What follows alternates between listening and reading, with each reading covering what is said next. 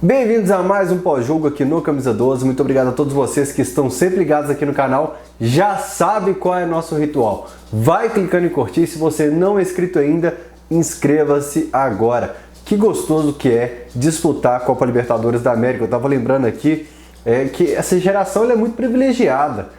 Para quem é mais novo, não sabe, o Galo disputou a Libertadores de 81, foi disputar lá em 2000 e depois só em 2013. 13 anos depois, estreando no dia 13 de fevereiro, com um gol aos 13 minutos do primeiro tempo. Aliás, que energia gostosa que foi aquele dia de volta à Libertadores. A gente ficava olhando para tudo da Libertadores, assim, ó, as coisas de identidade visual. Cara, a gente pirou em tudo, sorteio tudo. Libertadores sempre vai ser muito gostoso e ganhar nela é muito legal. O MB deu a apostinha certa lá no Cachorrada Podcast, viu? Ele falou, vai na KTO, aposta 1-0 pro Galo contra o Aliança. Cara, ele tem acertado vários palpites. Até o Brasil de Pelotas ele acertou e faz a sua fezinha.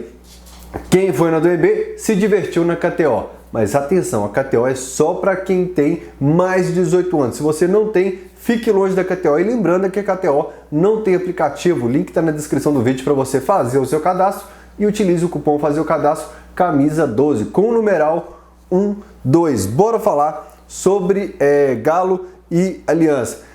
Um início de competição terrível para o Atlético, a gente já começa a pensar o pior. Claro que já deu certo em outras ocasiões, como aquele 2015 contra o Colo-Colo, com o Rafael Carioca acerta aquela na veia, depois que a bola bate na bandeirinha de escanteio ali, um jogo muito gostoso. A gente perdeu o pênalti nesse jogo, cara, e o Twitter do Galo tweetou gol. Um dia eu vou contar essa história por aqui. Deu BO. Foco, Fael. Depois de um início muito ruim na Libertadores de 2023, eu, sinceramente, com o Galo jogando mal, com 2 derrotas no início, já previa o pior na competição e comecei, Fael, a focar na Copa do Brasil. Eu falava, olha, você passa ali do Corinthians, você pega, não me lembro se existia já o adversário definido, mas você pega um adversário que passa, dá a chance de pegar hoje, por exemplo, um Bahia e América nas quartas, você está a 4 jogos de uma Copa Nacional. Então comecei a focar e ver mais chances do Galo até na Copa do Brasil. Aí, depois que Galo e Atlético Paranaense eram nitidamente os favoritos, o Galo ganhou aqui, eles ganharam lá, e daí aí você vai para trocação, quem consegue mais resultados nos outros jogos. Por exemplo, eles empataram com a Aliança Lima no primeiro jogo. Eu sempre confundo se ficou 1-1 ou 0-0. Esse jogo acho que ficou 1-1. Na primeira rodada da fase de grupos da Libertadores. Então o Galo conseguiu mais pontos lá, só que eles ganharam hoje do Libertad em casa. O Libertad empatou no último minuto, mas o VAR anulou o jogo porque o cara que domina a bola, bate na mão dele e ele balança as redes.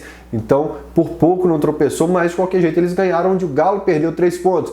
E nessa trocação se deu melhor o Atlético Paranaense, que pega o Aliança Lima derrotado, eliminado na última rodada, tem tudo para ganhar ou pontuar e ser líder do grupo. E diante de tudo que aconteceu com o Galo no início da fase de grupos, classificar já é um alívio e tomara que a gente consiga um roteiro épico rumo ao título da Libertadores.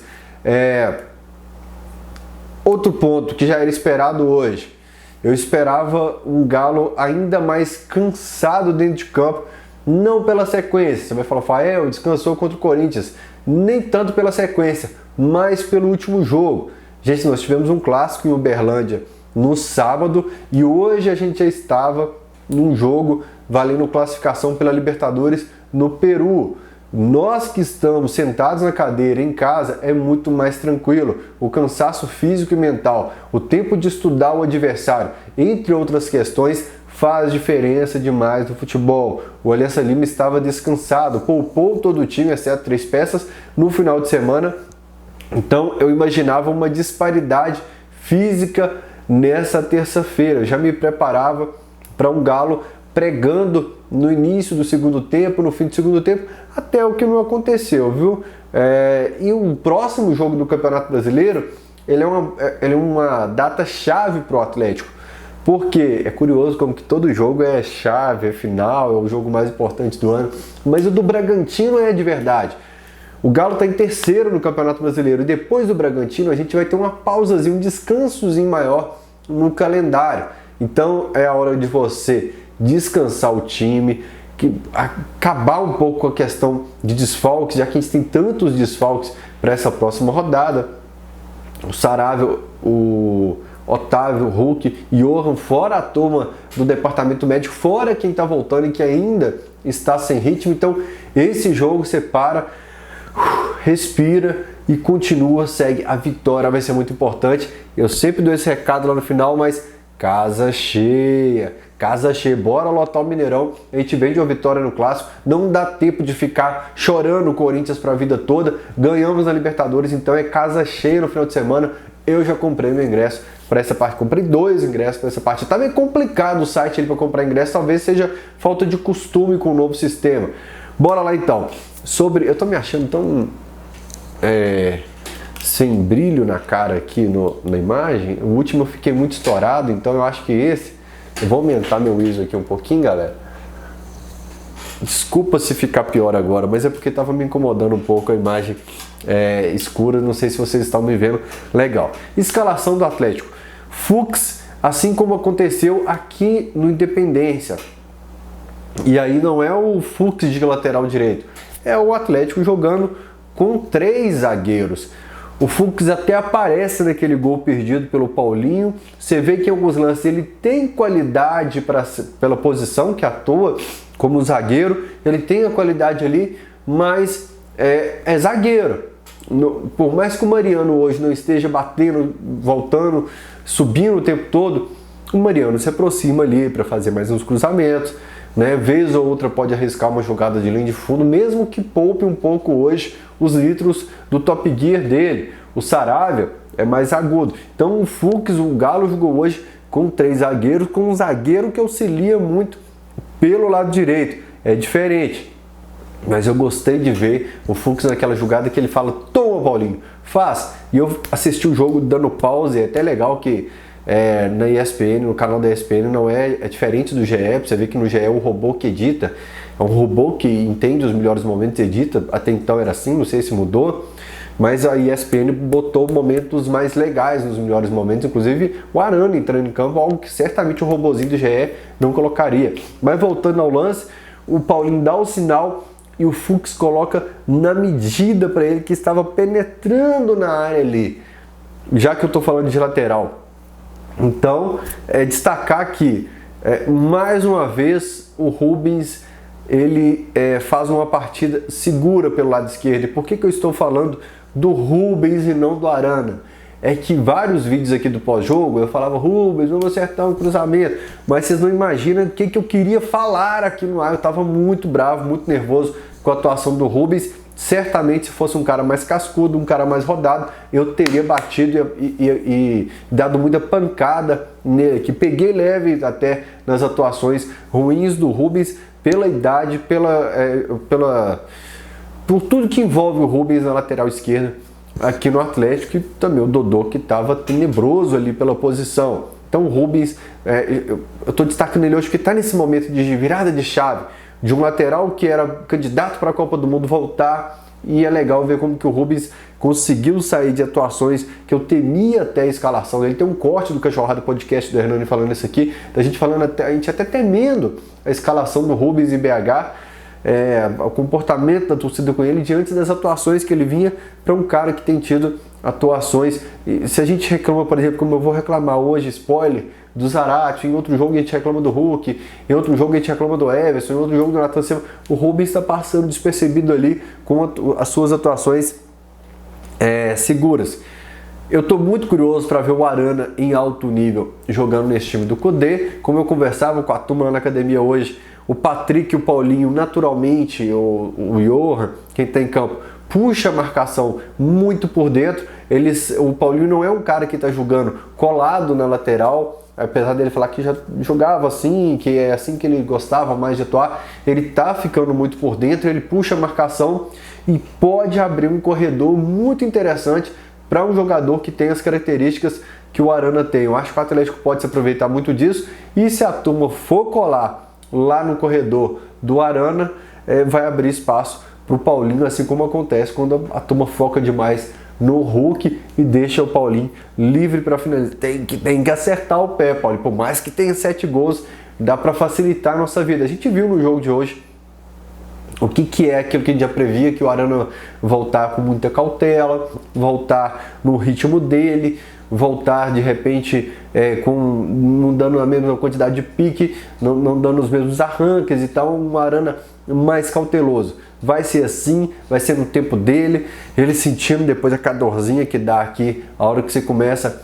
a correr ali, ele sentindo firmeza e confiança, e aos poucos, com certeza, a gente vai ter de novo o Arana. Sobre o adversário, o Aliança Lima me lembra um pouco as características de clubes como o Cuiabá, esses clubes assim que contratam jogadores que a gente via há muitos e muitos anos rodando por todos os cantos, como por exemplo o Barco, que estava lá, Hernan Barco, né?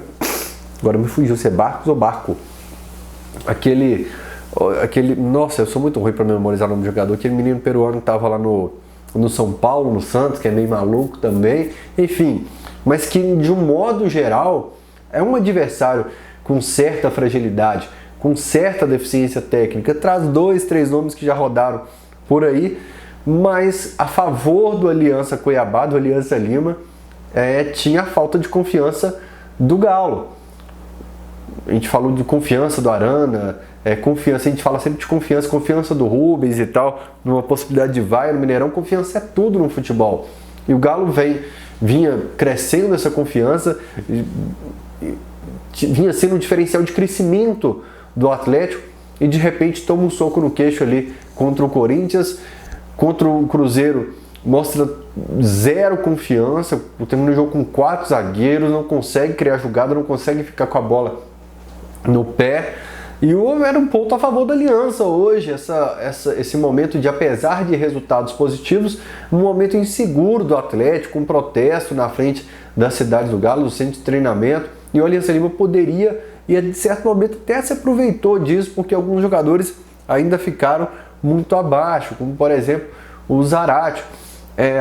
Tem algo que eu gosto muito nos times de futebol, teve um cara que fez isso aqui com maestria no Atlético, que era o Sampaoli, que você tá atacando pelo lado direito, você consegue com 1, 2 toques inverter o lado que você está atacando, você atrai a marcação, seja pelo lado direito ou pelo lado esquerdo, começa a jogada aqui, então você está aqui pelo lado direito, vou simular com aquele Atlético, você vinha aqui com um jogador trazendo a bola, com 2 toques estava no Keno aqui, ou você vinha com o Arana por aqui, com 1, 2 toques está no Savarino pela ponta direita. Então ou você vai um passe, vai uma jogada que vai muito rápido da esquerda para a direita, seja na diagonal ou até numa linha horizontal, numa linha reta.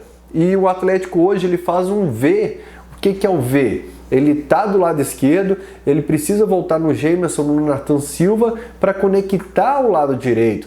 Isso tem me incomodado bastante. A bola vai, segue, tá com o Johan pelo lado esquerdo, perdão, tá com o Rubens pelo lado esquerdo, passa no Jamerson, no Nathan Silva ou até no Everson para chegar lá do outro lado no Pavon. Isso porque hoje, por exemplo, o Johan e o Zarate não conseguiam fazer essa conexão, não conseguiam fazer essa ponte. Então você tem que pegar uma outra estrada, você tem que fazer um caminho maior, mais doloroso, você gasta mais tempo, você deixa o adversário se posicionar melhor, algo que poderia ser mais perto, mais rápido, mais ágil, se Johan e Zarate estivessem numa noite melhor ou num período melhor. O Johan até viveu boas partidas, o Zarate eu já vim esperando sempre, sabe, que o Zarate volte, porque a gente viu esse cara jogar muita bola.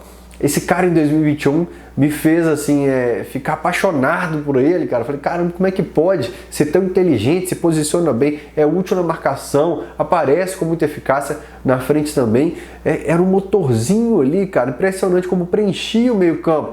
E agora está exatamente o oposto. O cara que preenchia o meio-campo, ele deixa o meio-campo vazio, sem vida agora. A qualidade de passe dessa criação desse meio atleticano aqui, ela está nula. E as críticas não são maiores porque o Zarate é um querido pela torcida, inclusive por mim também. Mas assim, é o querido que eu falo da lista, da massa positiva. O Nathan Silva é da lista negativa, por exemplo.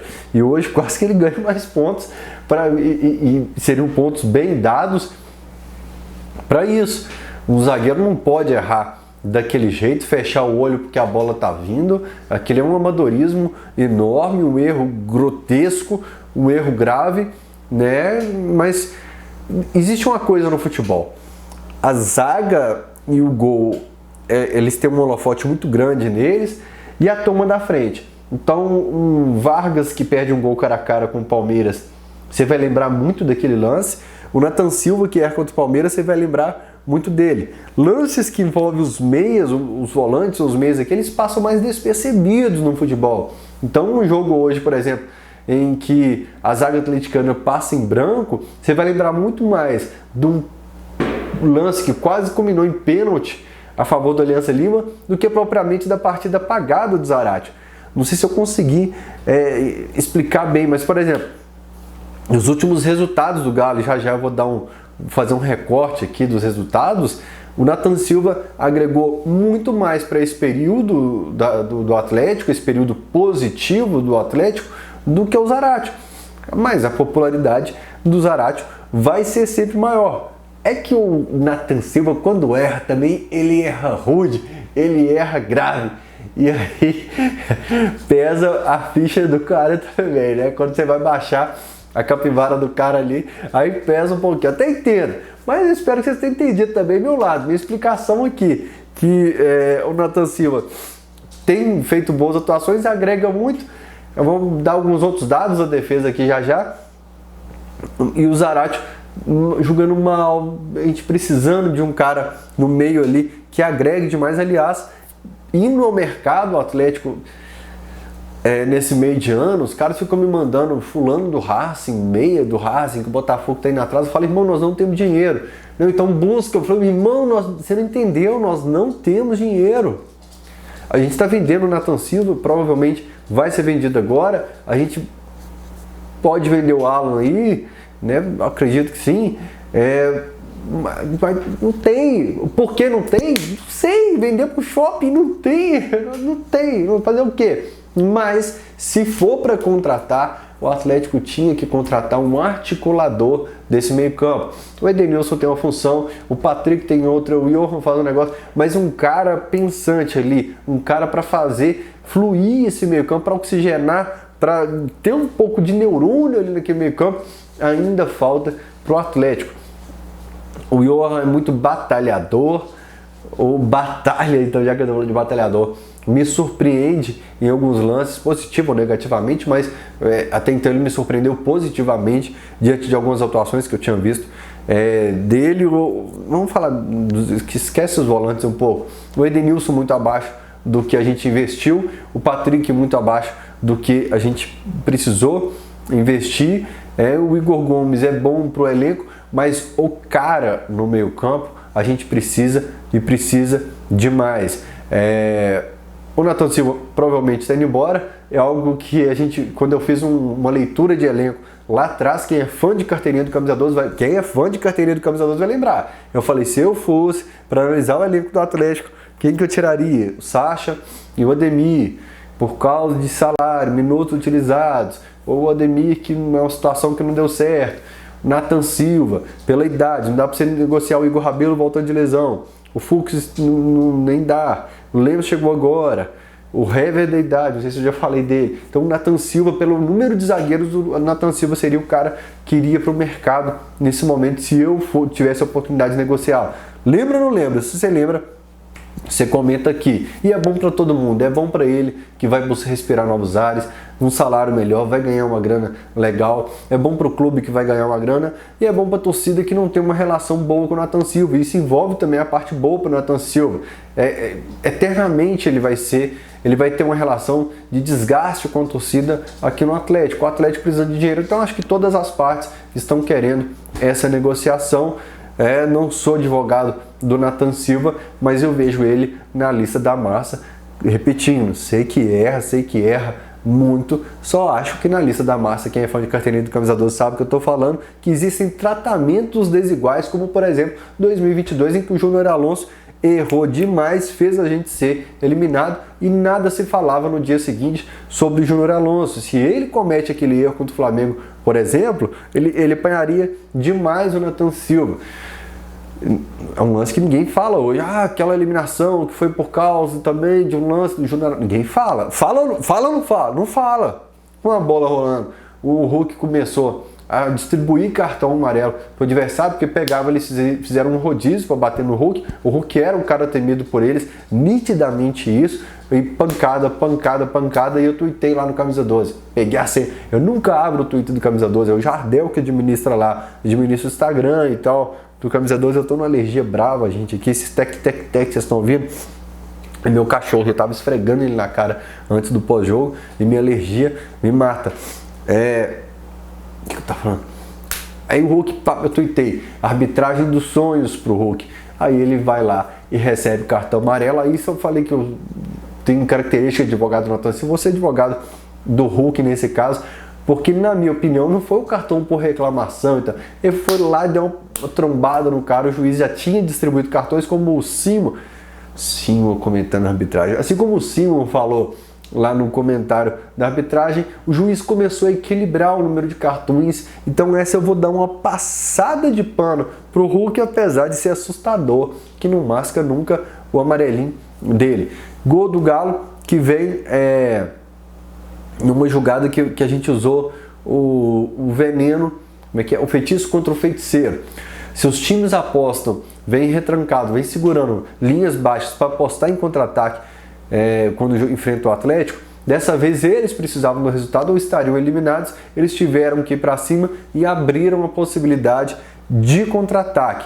O contra-ataque mortal, certeiro, com o curioso é que o Paulinho está pelo lado direito. Se você vê o lance de contra-ataque, a hora que o Atlético tem a possibilidade de rifar a bola na defesa, já rifa buscando o lado direito. Então era um contra-ataque planejado, porque você já começa a ter característica de entrosamento, um time que nós estamos em junho já, né? Então um time que começou a fazer a pré-temporada em dezembro, já começa a mostrar, tem oportunidade de chutar, é um chutão pelo menos consciente, porque eu sei que o Pavon está esperando essa bola na velocidade pelo lado direito. O Paulinho vai por lá para trabalhar com ele e o Hulk vai para o lado esquerdo, dentro da área, como um finalizador. Então tem muita característica legal nesse contra-ataque e eu, como atleticano traumatizado que sou, o Atlético partiu para o contra-ataque, eu falei, vai anular. Se der gol, vai anular e vai dar pênalti para os caras. Eu percebi, olha só o que é terapia. Eu percebi que no fundo eu estava com tanto medo de anular um gol do Atlético e dar o pênalti para os caras, de ter um sentimento tão frustrante, que eu já estava até falando assim, se for para dar pênalti é melhor nem fazer o gol, porque meu sentimento vai ser muito ruim. Enfim, zaga passou em branco, já que o VAR não marcou pênalti, já que o VAR anulou tudo lá. Contra o Alianza Lima aqui no Independência, Gemerson e Nathan Silva passaram em branco. Contra o Cuiabá, aquela goleada, passaram em branco. Contra o Inter também. Contra o Corinthians 2-0 no Mineirão, passaram em branco. Contra o Cruzeiro, grande atuação dos dois, passaram em branco. E contra o Alianza Lima hoje, passaram em branco. Então esse período em que o Atlético deu a volta por cima, Gemerson e Nathan Silva foram fundamentais. Eles tomaram um gol contra o Atlético Paranaense e contra o Palmeiras, jogando juntos. E é por isso que o pós-jogo demora, porque eu abro 15 abas do Galo Digital, eu abro a aba de Sul-Americano para ver a situação do Botafogo, eu começo a ter viagens, por isso o pós-jogo demora. A gente faz essa pesquisa que é muito legal para vocês. Claro que eu tenho exageros, eu vou abrindo um monte de página, matéria aleatória do mundo inteiro, depois eu falo, eu foco e vou fechando tudo. O Everson não precisou trabalhar nessa partida, assistir 2, 3 vezes o vídeo, dando pause. Teve uma cabeçada frouxa dos caras no início, teve lance que passou perto, mas o Everson simplesmente não trabalhou. O Johan teve 2 oportunidades, uma delas de bicicleta, mas a outra cabeçada cara a cara com o gol, poderia ter guardado aquela ali. A do Paulinho, ele poderia ter guardado aquela ali, o que faria o Alianza Lima arrefecer um pouco, baixar a guarda um pouco, ou vir para cima e se expor um pouco mais. Então, mais uma vez, é o que eu falo das lições que a gente aprende na vitória, porque normalmente a gente só pensa que pode melhorar na derrota. A questão da finalização hoje ainda preocupou a oportunidade de matar o jogo. E aí veio o Kudê, que repetindo um pouco do que ele fez contra o Cruzeiro. Ele tira o Paulinho, e aí tá o Lemos na zaga, apesar do Fux ter saído naquele momento ele também, ele vai para o 5-4-1 e é muito nítido. Eu acho que naquele lance em que o Patrick tenta driblar todo mundo, volta, tá o Patrick e o Hulk lá na frente, que o Patrick não voltou, mas tem 5 jogadores. Ele linha 3 aqui do Atlético logo à frente, e aí eu falei, meu Deus do céu, Mano Kudê, Menezes.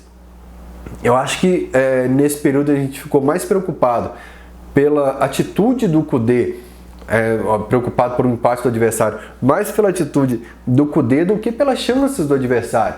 Porque o Barcos dominava, eles começaram a apostar muito no jogo aéreo, mas lance de perigo mesmo para preocupar o atleticano não teve. O que preocupou a gente é se o Atlético ia realmente abdicar do ataque novamente, colocar todo mundo para trás.